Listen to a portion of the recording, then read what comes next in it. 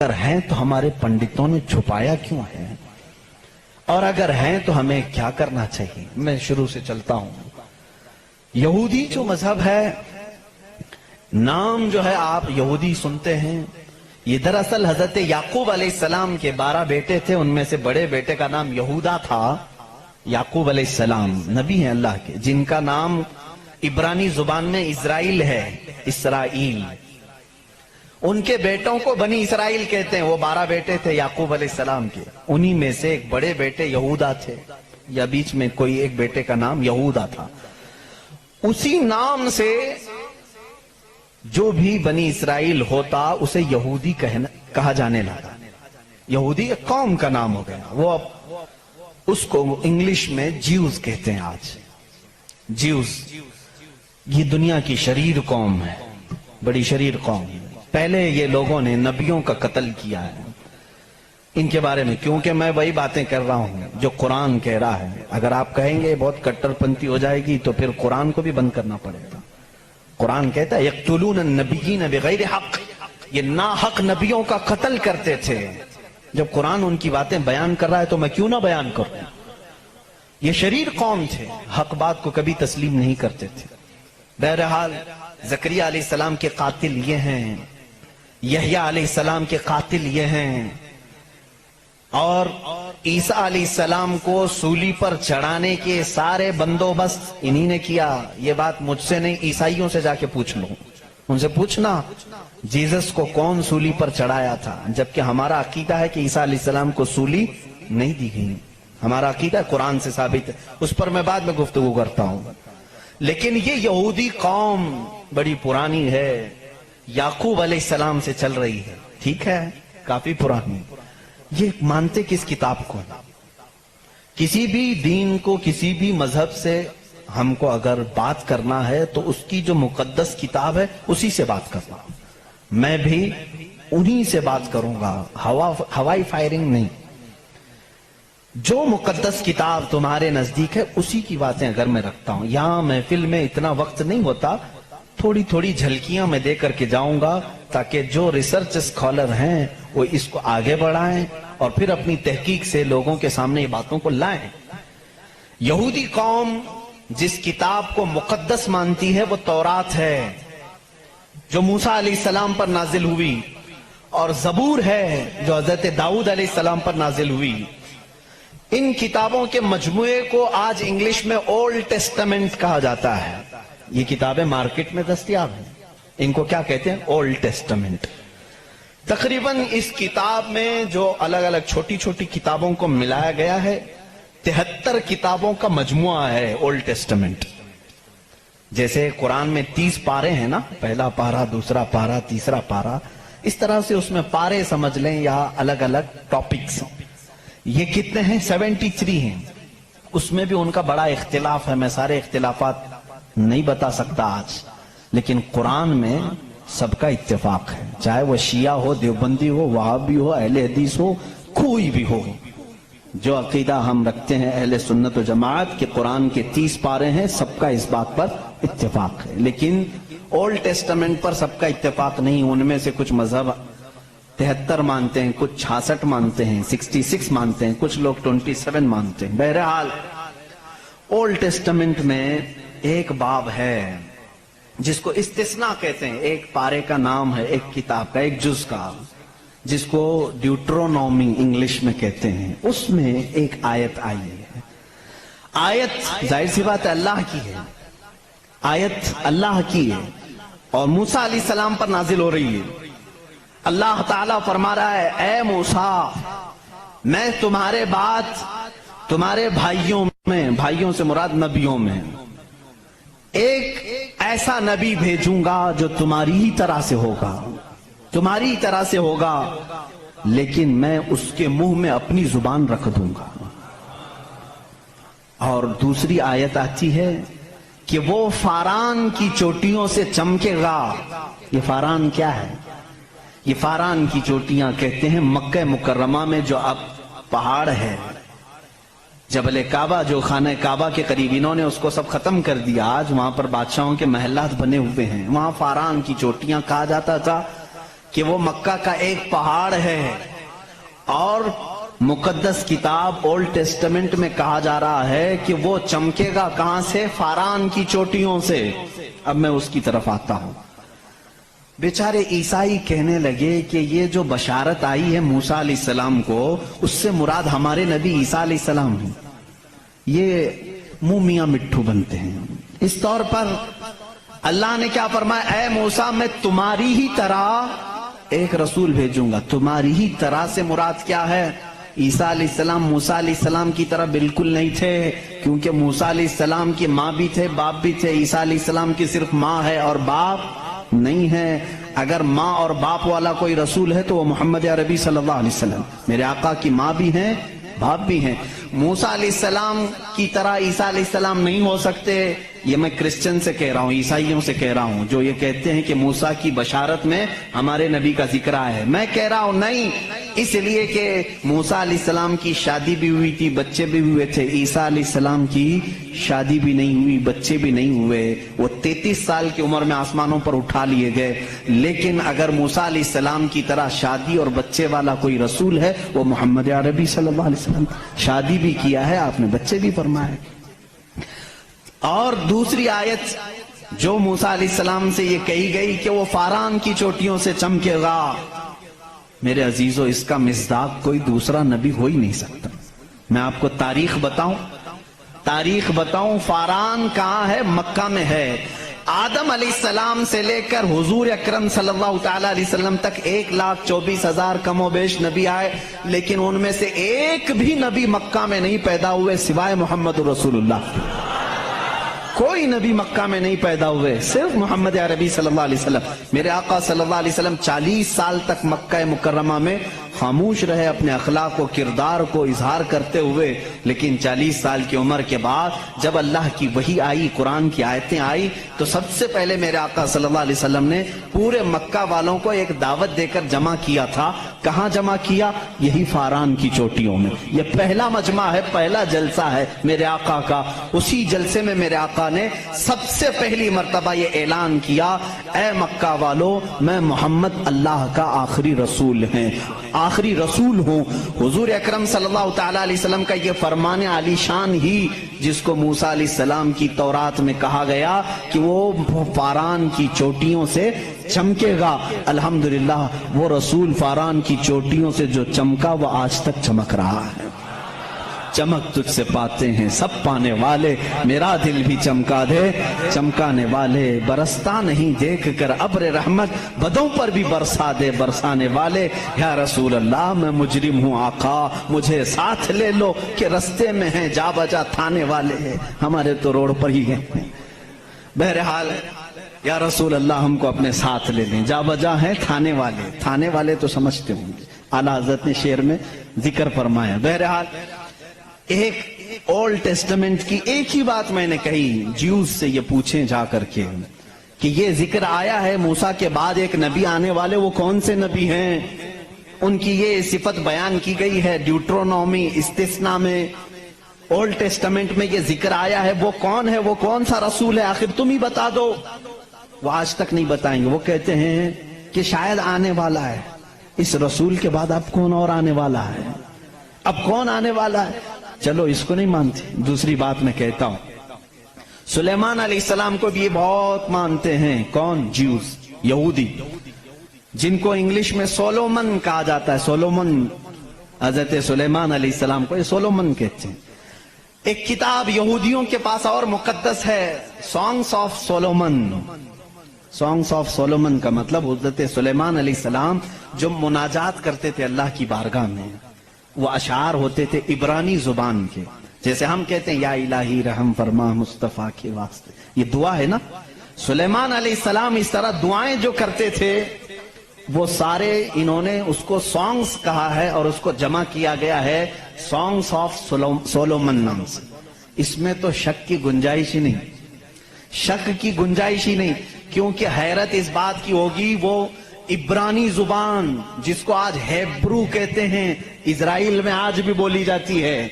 یہ اسرائیل جو دیکھ رہے ہیں نا آپ، جو ناسور ہے، کینسر کا پھوڑا ہے پورے دنیا کے بیچ میں، یہی اسرائیل کی بات میں کر رہا ہوں۔ یہ آج بھی جو بولی بولتے ہیں وہ ہیبرو ہے، ہیبرو اس کو عبرانی کہتے ہیں۔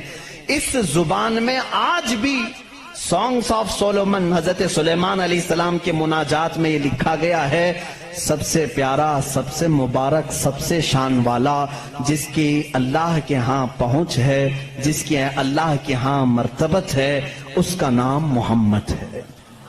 یہ کون کہتا تھا؟ سلیمان علیہ السلام۔ اور نام لفظ محمد آج بھی موجود ہے، عبرانی زبان میں آج بھی لفظ محمد، اور اس کے ساتھ لفظ ام آیا ہے۔ ام کہتے ہیں بڑا محترم شخص جس کی سارے لوگ عزت کریں، سلیمان علیہ السلام کہتے ہیں وہ ام ہے، ام ہے۔ ام کا مطلب ہیبرو میں ہے سب سے زیادہ عزت والا، اور سلیمان علیہ السلام نے وہ کر کے بھی دکھایا۔ وہ تخت پر جو بیٹھتے تھے سلیمان علیہ السلام، اس تخت کو جب آپ حکم دیتے ہواؤں میں اڑ تو وہ اڑنے لگ جاتا، جہاں کا آپ کو سفر کرنا ہوتا آپ سفر کرتے تھے۔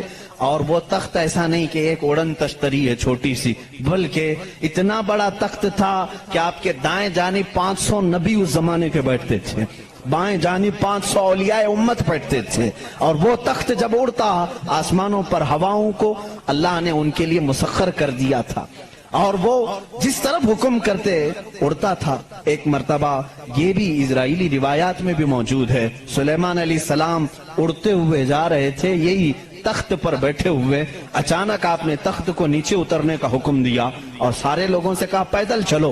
تخت اٹھا کر لے جایا گیا، پیدل چلنے لگے، بہت لمبا عرصے تک، لمبی مسافت پیدل چلنے کے بعد پھر آپ سوار ہوئے، پھر سب کو سوار کر لیا، پھر ہوا کو کہا کہ اس تخت کو اڑا لے جائے فلاں سمت میں۔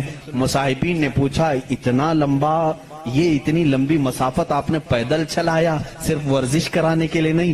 سلیمان علیہ السلام نے جواب دیا، میں اس لیے تخت کو نیچے اتار دیا کہ یہ وہ زمین ہے جہاں آخری نبی آنے والا ہے، وہ مدینہ طیبہ تھی، وہ رسول کریم صلی اللہ علیہ وسلم کی آخری آرام گاہ تھی، جہاں سے اوپر اڑ کر جانے کو بھی سلیمان علیہ السلام نے بے ادبی تصور کیا، اور اسی لیے وہ اپنے سانگز میں یعنی اپنے مناجات میں جو حضور صلی اللہ علیہ وسلم کے ساتھ لفظ ذکر کرتے ہیں وہ لفظ ام ہے، یعنی دنیا جس کی سب سے زیادہ احترام کرے وہ محمد عربی صلی اللہ علیہ وسلم ہے۔ آؤ جیوز، آؤ یہودیوں، پڑھو اس چیز کو کہ محمد عربی صلی اللہ علیہ وسلم کا ذکر سلیمان علیہ السلام نے کیا ہے، موسیٰ علیہ السلام نے کیا ہے۔ اب آتے ہیں، یہ تھوڑی سی جھلک ہے عیسائیوں کے اس دین میں جس کو آپ کرسچینٹی کہتے ہیں، کرسچن ہیں، ان لوگوں کا کیا دین ہے، کیا مذہب ہے، انٹروڈکشن کے لیے بڑا وقت لگ جائے گا۔ عیسیٰ علیہ السلام کے یہ پیروکار ہیں، عیسیٰ علیہ السلام کو یہ جیزس کہتے ہیں، اور اس کو یسوع مسیح بھی کہا جاتا ہے اردو میں، جیزس۔ لیکن عیسائی بعد میں چل کر کے گمراہ ہوئے، شروع کے عیسائی گمراہ نہیں تھے۔ عیسیٰ علیہ السلام آئے دنیا میں اللہ کے رسول بن کر، اور جن لوگوں کو بھی عیسیٰ علیہ السلام نے تبلیغ کی وہ حق کی تبلیغ تھی، اللہ ایک ہے، میں اس کا نبی ہوں۔ لیکن بعد میں چل کر کے ہوا کیا، کچھ عیسائی گمراہ ہوئے۔ ان کو گمراہ کرنے والے بھی یہودی تھے، یہودی عیسیٰ علیہ السلام کو مانتے نہیں تھے، وہ گالیاں دیتے تھے، حضرت عیسیٰ علیہ السلام کے متعلق برے برے جملے کہتے تھے، کیونکہ وہ بغیر باپ کے پیدا ہوئے، لیکن وہ اللہ کی مشیت تھی، حکم تھا۔ لیکن مریم، سیدہ بی بی مریم جن کو عذرا کہا گیا ہے، ان کو کسی مرد نے چھوا نہیں، کبھی زندگی میں چھوا نہیں، لیکن پھر بھی وہ حاملہ ہوئی، کسی مرد سے نہیں، کسی نے ان کو ٹچ نہیں کیا۔ اللہ رب العزت نے جبرائیل علیہ السلام کو صرف حکم دیا، پھونک مارو۔ جبرائیل علیہ السلام نے پھونک دیا اور وہ حاملہ ہوئی۔ اسی لیے عیسیٰ علیہ السلام کو روح اللہ کہا جاتا ہے، روح اللہ کہا جاتا ہے، وہ اللہ کی نشانی ہے۔ لیکن بعد کے عیسائی گمراہ ہوئے، یہ کیا کہنے لگے، نہیں، ان میں آ کر کے بھی انہوں نے ہی شرپسندی پھیلائی ہے، یہودیوں نے، کہ نہیں، عیسیٰ جو ہے وہ در حقیقت خدا کا بیٹا ہے، مریم خدا کی بیوی ہے اور عیسیٰ بیٹے ہیں۔ اس لیے کچھ لوگ ٹرائنیٹی کے قائل ہو گئے، تثلیث جس کو کہتے ہیں، تین خداؤں کو ماننا، یہ عیسائیوں کے دین میں آ گیا، یہ تین خدا ماننے لگ گئے۔ ایک اللہ کو بھی مانتے ہیں، دوسرے روح مقدس کو بعض لوگ، اور بعض لوگ بی بی مریم کو خدا کہتے ہیں، تیسرے حضرت عیسیٰ علیہ السلام جیزس گاڈ کہتے ہیں۔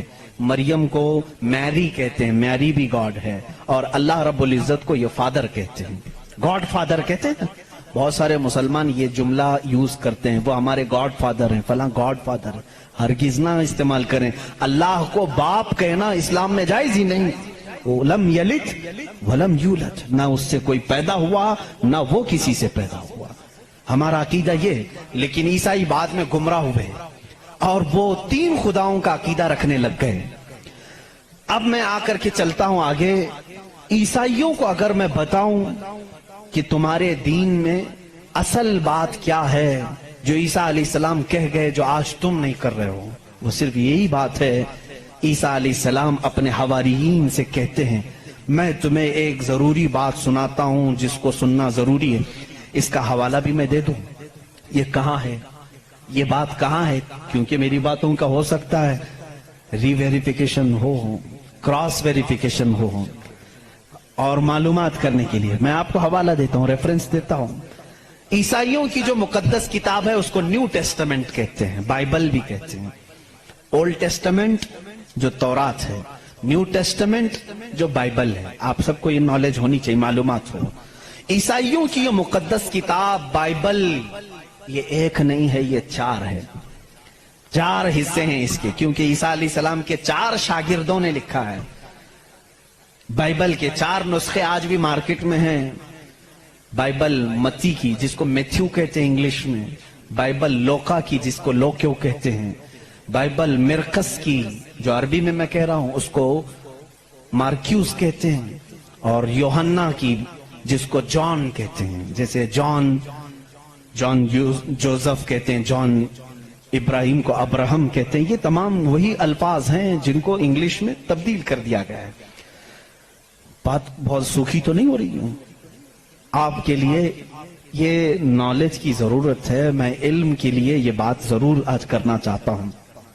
محمد ہمارے بڑی شان والے ہیں، میرے آقا صلی اللہ تعالیٰ علیہ وسلم کا تذکرہ آخر اللہ تعالیٰ پرانی کتابوں میں کیسے نہیں کرے گا؟ وہی اول ہیں، وہی آخر ہیں، تو اول ہمیشہ سے اس کا وجود دنیا میں رہے گا ہی رہے گا۔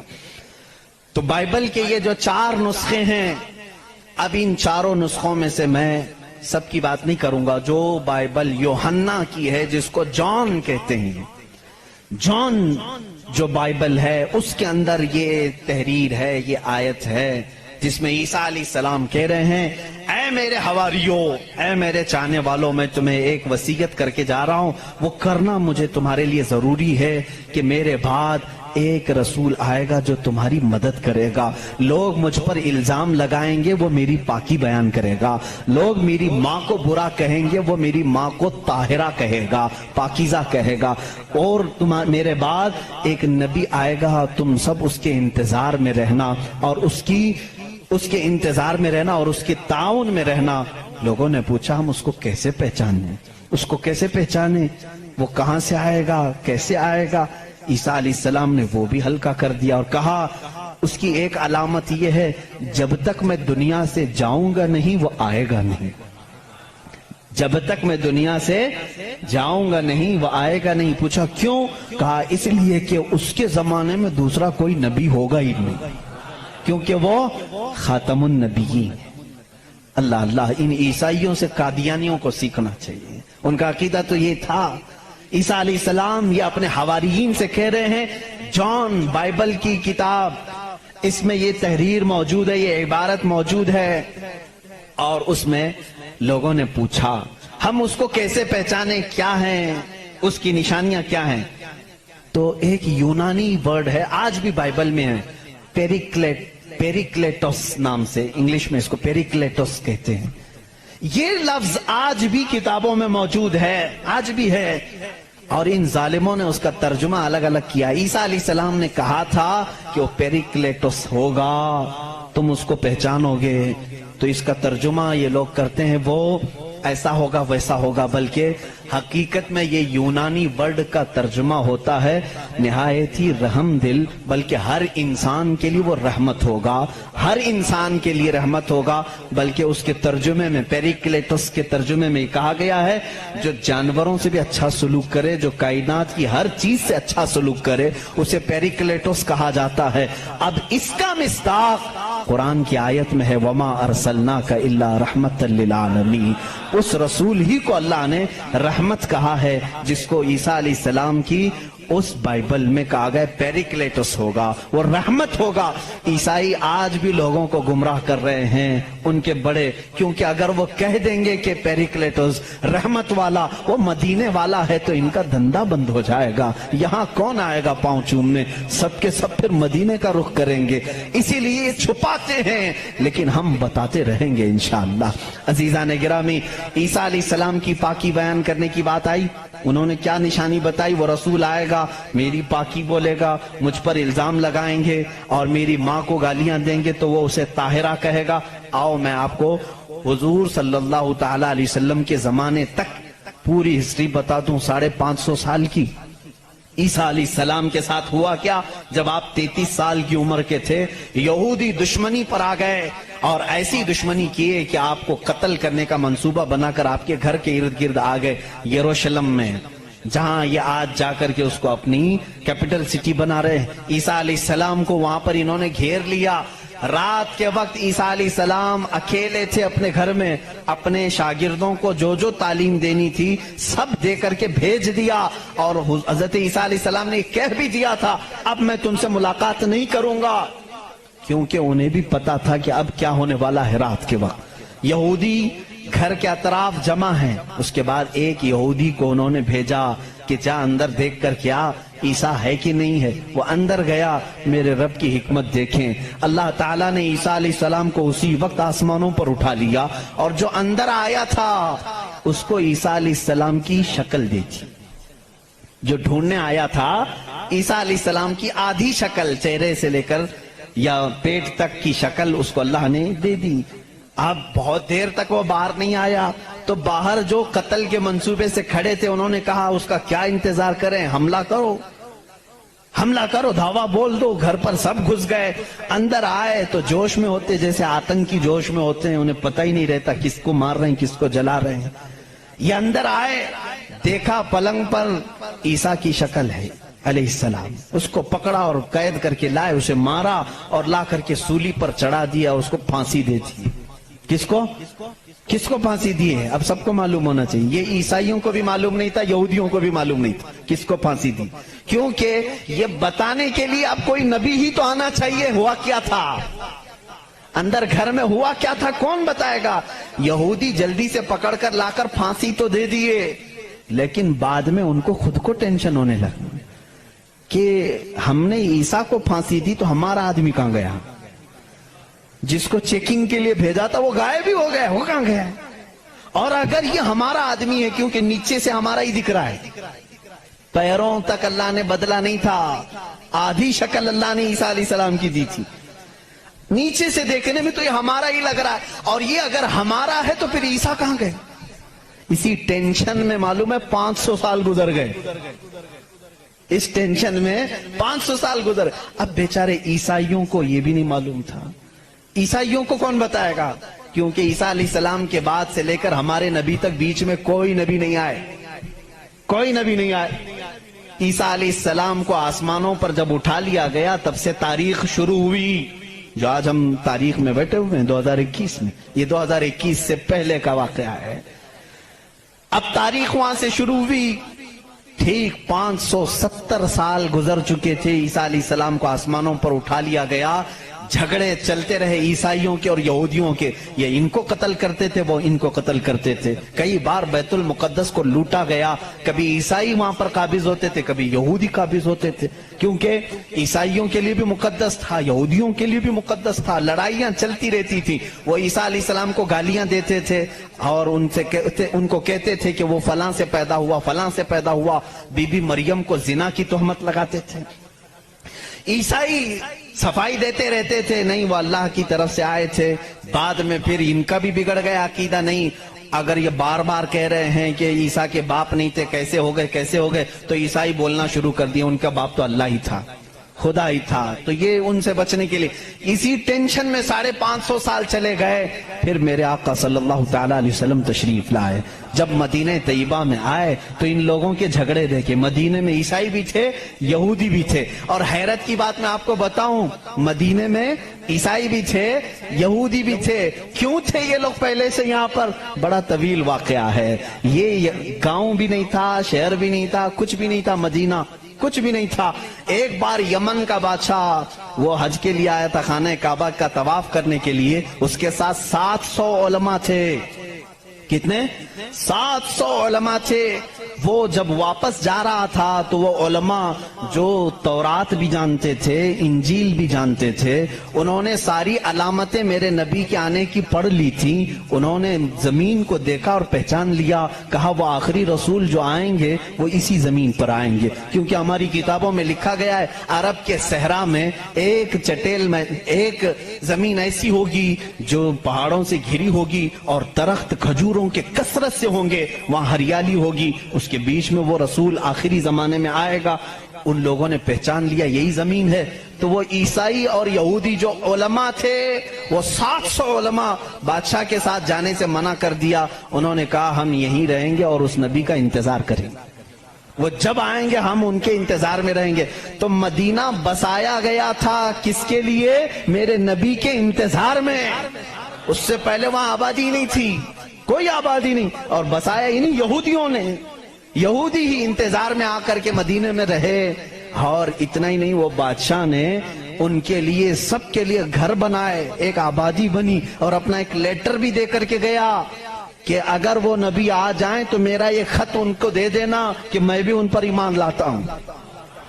اس واقعے کو کئی سو سال گزر گئے لیکن وہ خط محفوظ تھا. جب رسول کریم صلی اللہ علیہ وسلم مدینہ ہجرت کر کے آئے تو آپ سب کو معلوم ہے، میں طوالت میں نہیں جاتا، تفصیل میں نہیں جاتا. حضور پاک صلی اللہ علیہ وسلم کو ہر کوئی اپنے گھر بلا رہا تھا. حضور نے کیا فرمایا؟ میری اونٹنی پر چھوڑ دو، یہ جہاں بیٹھے گی وہاں میں قیام کروں گا. اونٹنی کہاں بیٹھی؟ حضرت ابو ایوب انصاری کے گھر پر. اسی صحابی کے گھر کیوں بیٹھی؟ حضور صلی اللہ تعالیٰ علیہ وسلم اس گھر میں مہمان ہوئے حضرت ابو ایوب انصاری کے. روایت یہ ملتی ہے کہ دوسرے ہی دن ابو ایوب کے پاس، انصاری رضی اللہ تعالیٰ عنہ کے پاس، وہ لیٹر موجود تھا جو بادشاہ نے دیا تھا. وہ خط موجود تھا جو کئی سو سال پہلے بادشاہ دے کر گیا تھا. وہ ان کی اولادوں میں چلتا آ رہا تھا. اور وہ حضرت ایوب علیہ السلام، ابو ایوب انصاری رضی اللہ تعالیٰ عنہ کے تک پہنچا اور وہ حضور صلی اللہ تعالیٰ علیہ وسلم کی خدمت میں پہنچا. میرے عزیزو، ان عیسائیوں نے اور یہودیوں نے مدینہ بھی بسایا میرے نبی کے انتظار میں، لیکن جب وہ رسول حقیقت میں آ گئے تو انہوں نے کیا کیا؟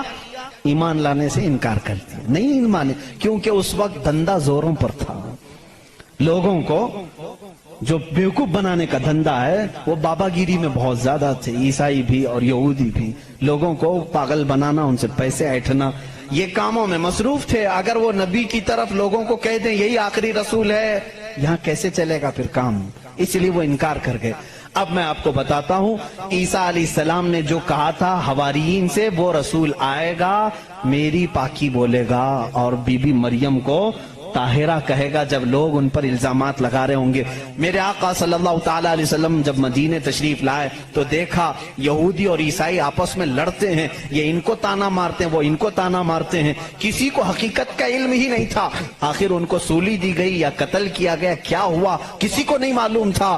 پہلی مرتبہ میرے آقا صلی اللہ علیہ وسلم پر قرآن کی آیت آئی. اللہ رب العزت نے فرمایا بل رفعہ اللہ الیہ.